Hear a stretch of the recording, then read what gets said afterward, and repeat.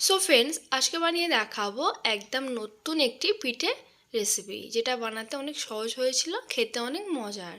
তো প্রথমেই চুলার আঁচে একটা প্যান বসিয়ে দিয়েছি, তার মধ্যে আমি অল্প পরিমাণে গুড় দিয়েছি। এখানে খেজুরের গুড় ইউজ করেছি।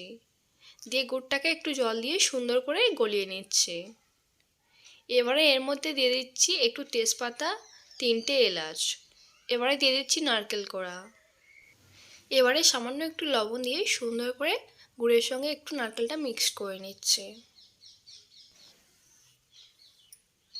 তো এ পর্যায়ে নারকেলের পুরটা আমার একদম রেডি হয়ে গেছে। তো এ পর্যায়ে চুলার আঁচে একটা কড়া বসিয়ে দিয়েছি, তার মধ্যে 2 কাপ মতো জল দিয়ে দিচ্ছি। সামান্য একটু লবণ দিয়ে দিলাম। জলটা সুন্দর করে ফুটে আসলে তার মধ্যে 2 কাপ মতো চালের আটা দিয়ে দিতে হবে।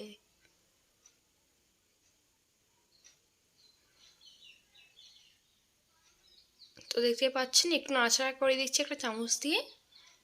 এ পর্যায়ে গরম গরম প্লেটের মধ্যে তুলে সুন্দর করে একটা ডো বানিয়ে নেব। তো ফ্রেন্ডস, এই ডোটা বানানোর সময় অবশ্যই ঠান্ডা পানিতে হাতটা একটু ভিজিয়ে ভিজিয়ে নিতে হবে, তাহলে ডোটা সুন্দর হবে। তো দেখতে পাচ্ছেন আমি একটা সুন্দর সফট ডো বানিয়ে নিয়েছি।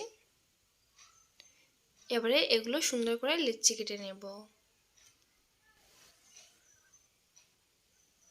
সো ফ্রেন্ডস, দেখতে পাচ্ছেন হাতের মধ্যে ঘুরিয়ে ঘুরিয়ে একটু গোল করে নিয়েছি, তারপরে একটা সুন্দর শেপ দিয়ে নিচ্ছি। এখানে আমি বাটির মতো শেপ দিয়ে নেব। তো সব লেচিগুলো সেমভাবে আমি শেপ দিয়ে নেব।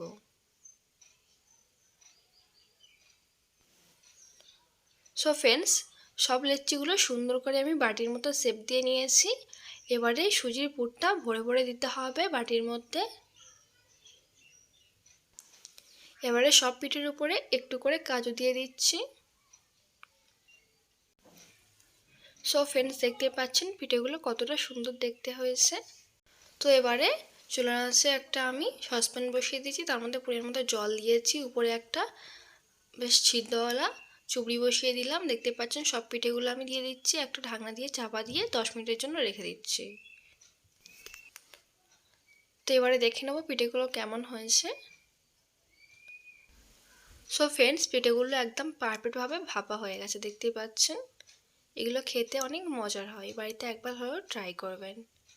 রেসিপিটা ভালো লাগলে অবশ্যই লাইক কমেন্ট শেয়ার করবেন, সাবস্ক্রাইব কিংবা ফলো করে রাখবেন। Thank you for watching.